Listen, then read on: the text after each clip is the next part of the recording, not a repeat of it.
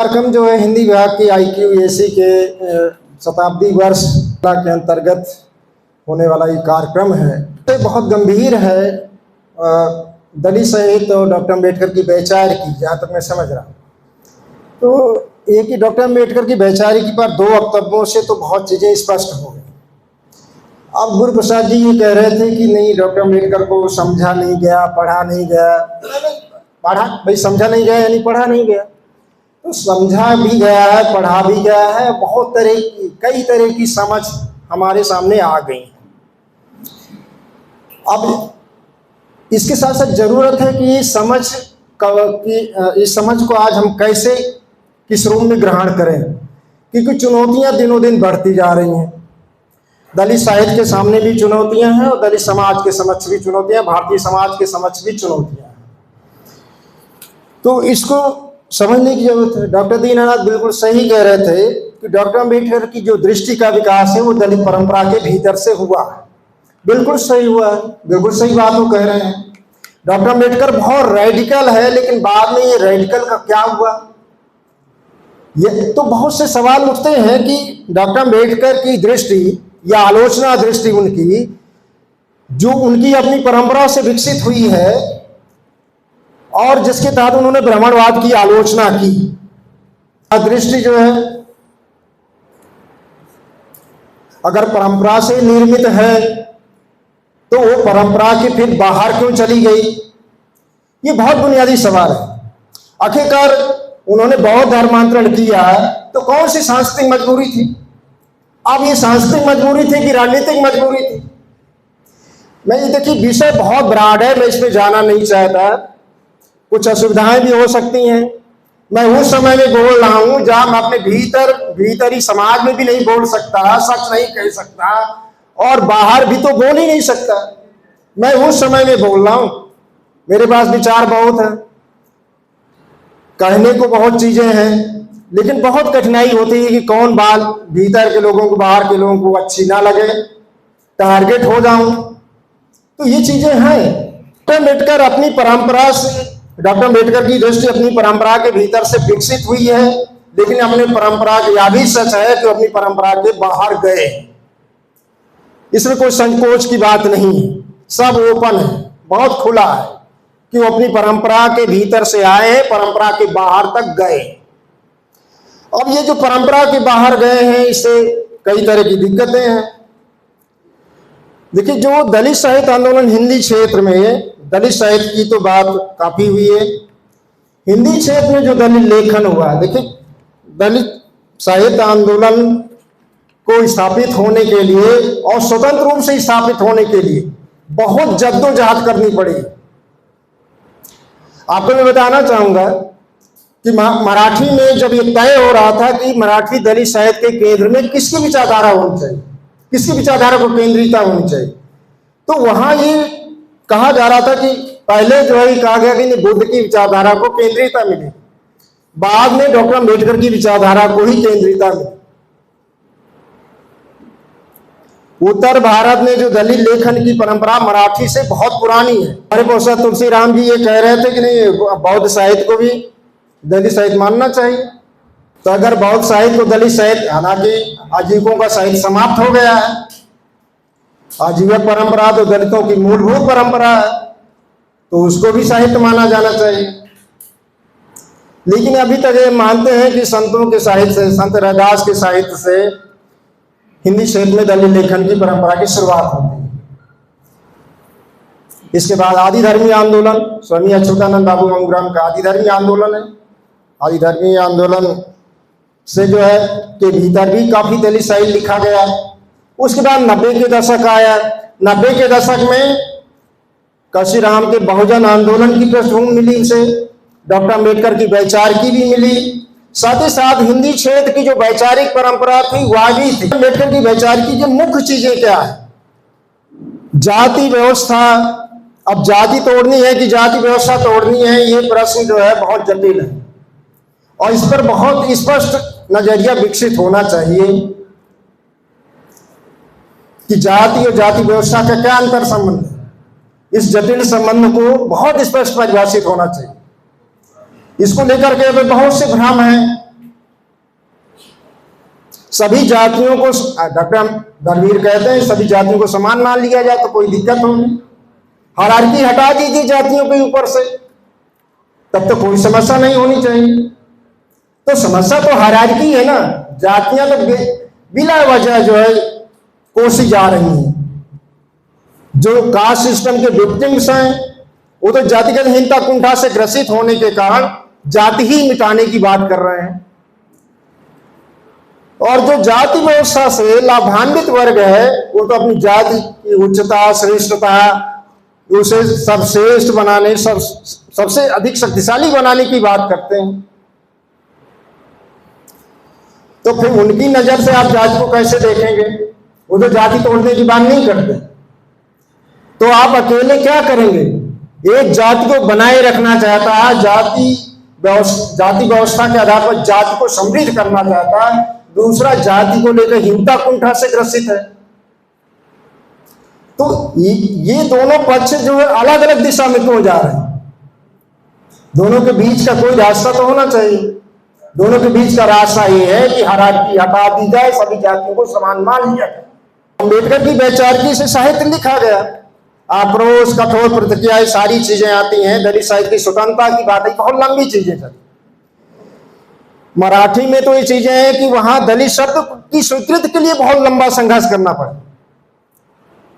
फिर दलित साहित्य की स्वीकृति के लिए उत्तर भारत में भी बहुत संघर्ष करना पड़ा। कहे तो जातिवादी साहित्य है, अश्लील साहित्य है, भाषा की अश्लीलता की बात आई, फिर कला और सौंदर्य की बात आई, तो बहुत सी चीजें आई। यह भी कहा गया कि हमारे जो है साहित्यकार हैं हिंदी में, जिन्होंने दलितों के बारे में लिखा है। दलितों को अलग से लिखने की क्या जरूरत है? लेकिन दलित साहित्यकारों ने वो हिंदी के साहित्यकारों की आलोचना की है, एक वैकल्पिक चिंतन लेके आए हैं, और इसीलिए लिटरेरी पैराडाइम्स बदला है, साहित्यिक विचार केंद्र बदले हैं। ऐसे नहीं हुआ, ये बहुत लंबा संघर्ष करना पड़ा। और इधर भी जो लिटरेरी पैराडाइम्स काफी बदल करके नए आए हैं, तो उसके पीछे भी डॉक्टर अम्बेडकर के बाद जो वैचारिकी विकसित हुई उसके चलते आए हैं। डॉक्टर अम्बेडकर दलितों की गुलामी के केंद्र में क्या मानते थे? अनटचेबिलिटी। लेकिन अब यह चीज निकल के आई है कि गुलामी का भी ये आधार इससे भी ज्यादा भयानक आधार है, स्त्री की गुलामी। आज भी आप देख लीजिए, जो यूरोप में युद्ध होते हैं और कहीं भी होते हैं, तो आप देख रहे हैं जो शक्तिशाली देश की सेना होती है, कमजोर देश की स्त्रियों के साथ बलात्कार करती है, जिससे हम उनसे अवैध औलादें पैदा करें, जिसे हमारा विरोध करना बंद कर दें। तो डॉक्टर धर्मवीर ने क्या कहा? स्त्री की गुलामी ही दलितों की गुलामी के मूल में है। दलित स्त्री की मुक्ति में ही दलित कौम की मुक्ति होनी है। दलित स्त्रियों की पीड़ा अभी पूरी तरह साहित्य के धरातल पर नहीं आ सकी। हमारे पास ऐसी लेखिकाएं बहुत कम है, जो है वो पितृसत्ता खोज रही हैं, बाहरी झांसे में है। दलितों के भीतर कोई पितृसत्ता नहीं है, पितृसत्ता जैसी कोई अवधारणा या संस्था बिल्कुल नहीं बनी। या तो मानव मात्र की समानता की बात है। तो बहुत सी ऐसी चीजें आई हैं, एक तो जाति और जाति व्यवस्था के अंतर संबंध को लेकर के। देखिए, उत्तर भारत में संतों ने जाति व्यवस्था के प्रश्न उठाए थे और उससे आगे बढ़ना चाहिए था चिंतन। कि मराठी में डॉक्टर अंबेडकर ने अपने ढंग से फिर से वो सवाल उठाए, वहां प्रासंगिक रहे होंगे, लेकिन हमारे लिए था कि उससे आगे चीजें बढ़नी चाहिए। स्त्री का सवाल था, उन्होंने सही कहा था, किसी भी समाज की प्रगति का आईना जो है स्त्री की प्रगति होती है। यानी किसी भी समाज में वो समाज कितना विकास किया है, या जो स्त्री के विकास के आधार पर तय किया जा सकता है। बिल्कुल सही कह रहे थे, लेकिन यह चिंतन और गहरा होना चाहिए था। गुलामी के केंद्र में दलित स्त्री की गुलामी। दुनिया की कोई भी गुलाम कौम हो, उसकी सर्वाधिक गुलाम स्त्री ही होती है। डॉक्टर धर्मवीर स्त्री के नजरिए से दलितों की गुलामी को देख रहे हैं। देखिए, कोई भी जो है साहित्यिक आंदोलन होता है, वो इतिहास बोध के आधार पर विकसित होता है। इतिहास बोध, इतिहास चेतना नहीं विकसित होगी तो वह आंदोलन स्थिर हो जाएगा। और ये बहुत जरूरी है, निरंतर विकसित होना चाहिए। डॉक्टर अम्बेडकर की 1950 में जयंती मनाई जा रही थी, जय भीम पत्रिका छपी थी, डॉक्टर अम्बेडकर ने उसका उद्घाटन किया और उन्होंने कहा, देखिए इतिहास पुरुषों से प्रेरणा लेनी चाहिए, उन्हें व्यक्ति नायक बना करके पूजा नहीं करनी चाहिए, यानी देवत्व प्रदान करके उनकी पूजा प्रतिष्ठा नहीं होनी चाहिए। लेकिन क्या हो रहा है, मैं तो बहुत अम्बेडकर जयंतियों में जाता था, या तो मुख्य अतिथि होता था या अध्यक्ष होता था, तो मुझे बहुत परेशानी होती थी। मैं कहता था भाई देखो मुझे वक्ता रखिए, मैं शुरू में गंभीरता से बात करता हूँ, फिर कोई लफाजी नहीं हो। पहले तो घंटे 2 घंटे फुल माल्यार्पण होता था, इसके बाद जो फिर एक दूसरे का श्रृंगार कर रहे हैं, वैचारिक रूप से कुछ नहीं हो रहा। मुझे बहुत परेशानी होती थी। इधर मैं नहीं जा पाता हूँ, कई कारणों से भी नहीं जाता हूँ, क्योंकि मैं ईमानदार और सच बोलने वाला, न भीतर वाला स्वीकार कर पाएगा न बाहर वाला। तो ये बहुत संकट है। डॉक्टर अम्बेडकर का जो हमारे ही लोग जो है, दलित ही लोग डॉक्टर अम्बेडकर के चिंतन को सही ढंग से नहीं समझ पा रहे हैं। उन्हें लगता है कि डॉक्टर अम्बेडकर को पढ़ा नहीं गया, समझा नहीं गया। अरे समझने की कोशिश तो हो रही है ना, लेकिन जब आप देवत्व और व्यक्ति पूजा से आप मुक्त करेंगे, मुक्त होंगे, तब तो आप समझ पाएंगे डॉक्टर अम्बेडकर को, लेकिन उससे तो नहीं मुक्त होना। इसलिए मैं समझता हूं अम्बेडकरवाद का विकास होना जरूरी है। अम्बेडकरवाद को अगर प्रासंगिक बनाना है तो उसका ऐतिहासिक आधार पर विकास जरूरी है। अम्बेडकरवाद का विकास इसलिए भी जरूरी है। अम्बेडकरवाद का विकास कैसे होगा? अम्बेडकरवाद की सीमाओं को समझ करके उसका विकास किया जा सकता है। सीमाएं क्या है? स्वामी अच्युतानंद की कविताओं की बात कर रहे थे, उनकी पूरी कविताएं इतिहास बोध के आधार पर निर्मित हुई हैं, और वो सिंधु घाटी सभ्यता तक उनके इतिहास के आयाम फैले हुए। डॉक्टर अम्बेडकर 1500 BC के पहले नहीं जाते, वर्ण व्यवस्था के भीतर से इतिहास खोजते हैं। मुझे लगता है कि डॉक्टर अम्बेडकर के पास दलितों के इतिहास, स्वतंत्र इतिहास की कोई रूपरेखा ही नहीं है। वर्ण व्यवस्था के ट्रैप में फंसे हुए हैं, जम के भीतर से इतिहास। हालांकि वह यह भी कह रहे हैं कि नागवंश जो दक्षिण में द्रविड़ कहे जाते थे, वह एक और समानांतर इतिहास हमारे सामने ला रहे हैं। वो काफी हद तक प्रामाणिक है, लेकिन उसको उन्होंने महत्व नहीं दिया। उनकी जो 2 किताबें हैं शूद्र और अछूत पर, उसमें शूद्रों को क्या कहते हैं? ये तो सूर्यवंशी क्षत्रिय थे। दलितों वाले इतिहास में कह रहे हैं कि वो जो है आज कोई नस्ली अवधारणा नहीं है।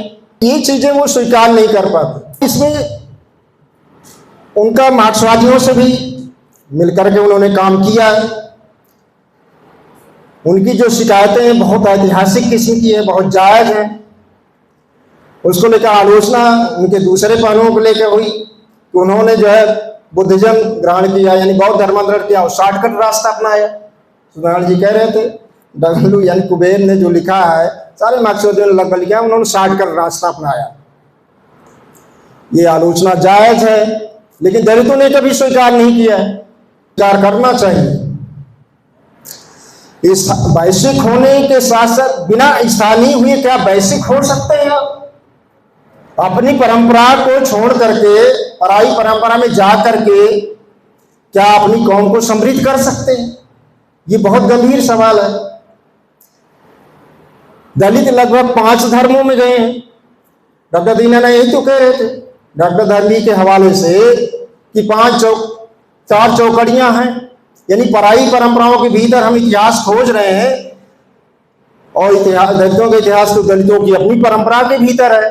ये था कि डॉक्टर अम्बेडकर को चिंतन को विकसित किया जाए और उन्हें अपनी परंपरा के भीतर लाया जाए।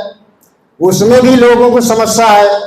कल तो ये चीजें चल रही हैं, एक तरफ जो है देवत्व प्रदान करके पूजा पाठ हो रही है, दूसरी तरफ क्या हो रहा है, डॉक्टर अम्बेडकर के जो हिंदू मुस्लिम, खास रूप से मुस्लिम से संबंधित जो चिंतन है, उसको संदर्भों से काट करके उन्हें मुस्लिम विरोधी सिद्ध किया जा रहा है। जो एक कथित रूप से दलित चिंतक था, वो इस समय बाखूबी अभियान के तहत कर रहा है कि उन्हें जो है मुस्लिम विरोधी सिद्ध किया जा सके, जिससे कि उनका आसानी से हिंदू सिद्ध किया जा सके। और फिर जो है हिंदू भगवान के रूप में सिर्फ एक पुराण पाठने की कमी रह जाएगी। संकट भीतर बाहर से दोनों से, अध्ययन कम नहीं हुए, अध्ययन बहुत हुए, लेकिन हमारी अपनी अपनी राजनीति जो है उन्हें सही संदर्भों के में समझने के आड़े आती है। भगवान बना के आपको छोड़ना है तो दलित ही अपने चिंतन को नष्ट करता है, और फिर जब हड़प लिया जाता है तो कहता है अरे मेरा तो चिंतन हड़प गया। दुनिया की सारी कौमें अपनी इतिहास परंपरा को बचाने के लिए मर मिटती है, और दलित कौम क्या है, अपने इतिहास को लुटाने के लिए संघर्ष करते हैं। मैं किसी को टारगेट नहीं कर रहा हूं, मैं तो हमारे सामने समस्या इतनी ज्यादा है दलितों के भीतर, किसको हम कहेंगे। तो इस तरह उस समय जो है, जैसे मैंने कहा कि काशीराम की भी वैचारिकी थी उनके आंदोलन का। काशीराम केवल राजनीतिक नहीं थे, उनका जो बहुजन आंदोलन था, बुद्धियों को उन्होंने वामसेन से जोड़ा था। उन्होंने क्या किया, बहुजनों के जो है इतिहास का उत्खनन किया, सारे महापुरुषों को सामने लाए। तो अंबेडकर की वैचारिकी के साथ साथ बहुजन आंदोलन की वैचारिकी भी थी, और साथ ही साथ हिंदी क्षेत्र के दलित चिंतन की परंपरा भी थी। इसलिए डॉक्टर तहवील ने कहा कि हिंदी क्षेत्र का जो दलित लेखन है, हिंदी क्षेत्र के दलित लेखन की धारा है, वो अंबेडकर भाव से भी आगे निकली हुई धारा है, और मराठी के दलित लेखन से ज्यादा पुरानी परंपरा है। लेकिन लोग क्या कह रहे थे कि जो मराठी की कलम है, हिंदी क्षेत्र का लेखन लिख रहे थे दलित, व्याख्याएं दूसरे लोग कर रहे थे। लेकिन खैर बाद में चीजें संभली। डॉक्टर अम्बेडकर ने जो पूना पाठ किया, मैं राजनीति की बात नहीं कर रहा हूं, पूना पाठ किया, बौद्ध धर्मांतरण किया, हिंदू कोड बिल लेके आए। अब इनको दलितों की समस्याओं के समाधान के रूप में देखा जाता है। लेकिन मैं जहां तक समझता हूं, ये राजनीतिक संस्कृति या पर्सनल लॉ की ये समस्याओं का समाधान नहीं है, ये तो खुद में समस्याएं हैं। कह रहा हूं कि अम्बेडकरवाद कमला अम्बेडकर दर्शन, मैं उसे बुराई के रूप में नहीं ग्रहण करना, सीमित दर्शन के रूप में ग्रहण कर रहा हूं। अम्बेडकरवाद का मतलब मेरी दृष्टि में अम्बेडकर दर्शन से। तो अम्बेडकरवाद को अगर प्रासंगिक, जैसे मैं कहा कि अम्बेडकरवाद को प्रासंगिक बनाना है तो आपको उसे ऐतिहासिक आधार पर विकसित करना होगा, नए सवालों को भी शामिल करना होगा। ये बात अलग है कि हर इतिहास पुरुष का एक समय होता है, एक ऐतिहासिक कालखंड होता है, लेकिन वो बाद में भी विकसित हो सकता है, क्योंकि उसके जो उस समय के जो संदर्भ हैं वो सीमित हो सकते हैं, लेकिन उसका चिंतन सीमित नहीं होता है। डॉक्टर अम्बेडकर खुद लिखे हैं कि मेरी लोकतंत्र मानवतावाद में गहरी आस्था है, और इसी लोकतंत्र मानवतावाद के आधार पर उन्होंने आंतरिक उपनिवेशवाद की भी आलोचना की, अंग्रेजी उपनिवेशवाद की भी आलोचना। डॉक्टर अम्बेडकर ये कह रहे थे कि लोकतंत्र जो है संसदीय प्रणाली या सरकार के स्वरूप पर निर्भर नहीं है। लोकतंत्र तो लोगों की उस जीवन शैली में निहित है जो परस्पर आपस में मिलजुल कर रहते हैं, यानी सोशल डेमोक्रेसी की बात कर रहे हैं। तो डेमोक्रेसी की जो उनकी अवधारणा है वो बहुत व्यापक है। अब इनको हमें इन अवधारणाओं को स्थिर रूप में नहीं लेना चाहिए। लोकतंत्र हो या मानवतावाद जो है केवल आइडियलिज्म के रूप में लोग ग्रहण करते हैं। सामाजिक, सांस्कृतिक, आर्थिक, राजनीतिक जो व्यवस्था होती है उसी के भीतर से मानवतावाद विकसित होता है, कोई मानवतावाद अलग से चीज नहीं है। इसलिए मानवतावाद की विचारधारा और व्यवस्था के अनुसार अलग अलग अवधारणाएं होती हैं। कई तरह की अवधारणाएं हो सकती हैं मानवता की। कहते हैं कि जो घोर मानवता विरोधी विचारधाराएं हैं उनका भी ह्यूमन फेस होता है। उन्हें आप कैसे सिद्ध करेंगे ये मानव विरोधी विचारधारा है, क्या आइडियलिज्म गढ़ लेती हैं। तो मैं तो ये समझता हूं डॉक्टर अम्बेडकर के लिए और हमारे लिए भी मानवतावाद को केवल आइडियलिज्म नहीं है, ऐसी व्यवस्था बने जिसके भीतर से मानवतावाद विकसित हो, ठोस रूप में विकसित हो, सिर्फ आइडियलिज्म नहीं है। अम्बेडकर की वैचारिकी के आधार पर दलित साहित्य चिंतन का अगर विकास करना है आज ये सवाल यही है, तो अम्बेडकरवाद का ऐतिहासिक आधार पर विकास करना ही होगा, इसके अलावा कोई रास्ता नहीं। वाद की बहुत सी सीमाएं हैं, तात्काल उस समय की सीमाएं, जो आज के समय में विकसित हो सकती है। जैसे आप अब बौद्ध, देखिए धर्मांतरण उन्होंने की है, अब धर्मांतरण को आप इतनी आसानी से क्यों ले रहे हैं? इधर किताबें, विडंबना है कि दलित उतनी अच्छी किताबें डॉक्टर अम्बेडकर पर नहीं लिख पाए जितने बाहर के लोग लिखे हैं। क्रिस्टोफ जाफलो की अभी किताब आई जो इसका हिंदी अनुवाद भी आ गया, doctor Ambedkar and untouchability analysing and fighting caste, उसका हिंदी अनुवाद है। 2019 में अभी राजकमल से आई है, उसका दूसरा संस्करण आ गया 24 में। तो उस किताब में आप देखिए कि वो डॉक्टर अम्बेडकर का नए तरह से विश्लेषण करती है, मूल्यांकन भी करती है पुस्तक। वो पुस्तक बताती है कि वो इस्लाम ईसाइयत की ओर गए, लेकिन ये कहा गया कि नहीं आप विदेशी धर्म में न जाइए। सिखों से बात की गई, अकालियों से, अकालियों ने विरोध किया, तब फिर कहाँ गए? बुद्धिज्म की ओर गए। बुद्धिज्म के मैं बताना चाहूंगा, बुद्धिज्म का तो 1924 में ही 3 चीजें तय हो गई थी। 24 मई 1924 का नासिक में दिया गया भाषण उनका पढ़ लिया। उसमें उन्होंने कहा देशांतर, नामांतर, धर्मांतर की बात कही। देशांतर माने Africa, Papua New Guinea, Mauritius आदि देशों में जाने की बात। तो कुछ गए भी उनकी प्रेरणा से, लेकिन डॉक्टर अम्बेडकर ने कहा कि यहाँ से वहाँ तो हमारी स्थिति अच्छी रहेगी, लेकिन वो अपनी व्यवस्था में हस्तक्षेप मानेंगे। तब उन्होंने उस आइडिया को ड्रॉप किया। फिर उन्होंने आदिधर्मी आंदोलन का विरोध किया, जो इस देश का सबसे व्यापक आंदोलन था। डॉक्टर अम्बेडकर का कोई आंदोलन अखिल भारतीय नहीं था, आदिधर्मी आंदोलन अखिल भारतीय था, जिसकी गुरु प्रसाद मदन जी बात कर रहे थे कि वह उत्तर भारत में जो है आदि हिंदू, पंजाब में आदि धर्म, आदि आंध्रा, आदि कर्नाटक, आदि द्रविड़, तो वो अखिल भारतीय आंदोलन था। स्वामी अच्युतानंद इतनी सशक्त व्यक्तित्व थे। तो उस समय देखिए, एक तो बहुत बात स्पष्ट है कि उस समय जो दलितों के भीतर कई धाराएं थीं, विरोधी धाराएं मैं नहीं कहूंगा, लेकिन डॉक्टर अम्बेडकर को ही अंततः नेतृत्व करने का अवसर मिला। न तो जाति के खिलाफ थे डॉक्टर अम्बेडकर, न जाति के खिलाफ थे। जाति पर वो गर्व करते थे। उन्होंने एक जगह लिखा, एक भाषण में कहा था उन्होंने कि महार जाति ने मेरा बहुत सहयोग किया है। एक जगह वो लिख रहे हैं कि महार जाति जिस स्तर पर पहुंची हुई है, दूसरी जाति नहीं पहुंची हुई है। ऐसा नहीं है कि वो जाति को लेकर बहुत हीनता कुंठा से ग्रसित थे या जाति गर्व में उनका विश्वास नहीं था। अब इंडिपेंडेंट लेबर पार्टी जो 1936 में बनाया, उसमें अधिकांश महारों को खड़ा किया। उन्होंने कहा कि भाई अंग्रेजी पढ़े लिखे होना चाहिए कि जिससे जो है बाकी जाति में हो सकता है उन्हें न मिले हों, समारोह में न मिले हों। तो इस तरह की जो है डॉक्टर अम्बेडकर का जितना 40 वर्षों का संघर्ष है, जो उन्होंने किया वैचारिक स्तर पर, राजनीतिक स्तर पर, रणनीतिक रूप से जो काम किए, वो सबको समग्र रूप से देखने की जरूरत है। तभी उनकी वैचारिकी के बारे में कुछ हम निर्णय कर सकते हैं, नहीं तो बहुत कठिन। मार्क्सिज्म से उनका अनिवार्य विरोध नहीं था, लेकिन अंतर विरोध बहुत ज्यादा था। इसलिए उन्होंने कहा नहीं, आपसे एका संभव नहीं है। बाद में भी वो अंतर विरोध बने रहे उसी तरह। दलित पुनर्विचार कर सकते थे, लेकिन बाद में भी तो नहीं सुधार हुआ, आज तक सुधार नहीं हुआ, तो आंदोलन क्षरित हुआ। अम्बेडकरवाद का ऐतिहासिक विकास हम नहीं किए तो आज अम्बेडकरवाद ढलान पर है। आखिरकार हमें कहीं तो मूल्यांकन की प्रणाली अपनाना पड़ेगा। आज जो पोस्ट अम्बेडकर थॉट हम कहते हैं, वो अम्बेडकरवाद का मूल्यांकन करते हुए विकसित हुआ है, और उसकी ऐसी कोई बात नहीं है। उस पर संवाद करें लोग खुले दिमाग से, उसमें मुझे नहीं लगता किसी को कोई समस्या होगी। वो बहुत स्वतंत्र रूप से विकसित हुआ है और स्वतंत्र चिंतन है।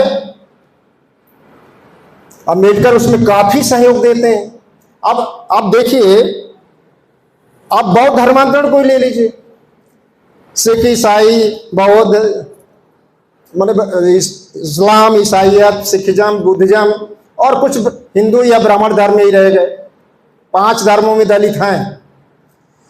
इस्लाम, ईसाइयत में जब बात आई तो एक नहीं, सिखों में जैसे सिखों ने विरोध किया तो कहाँ गए? बुद्धिज्म में।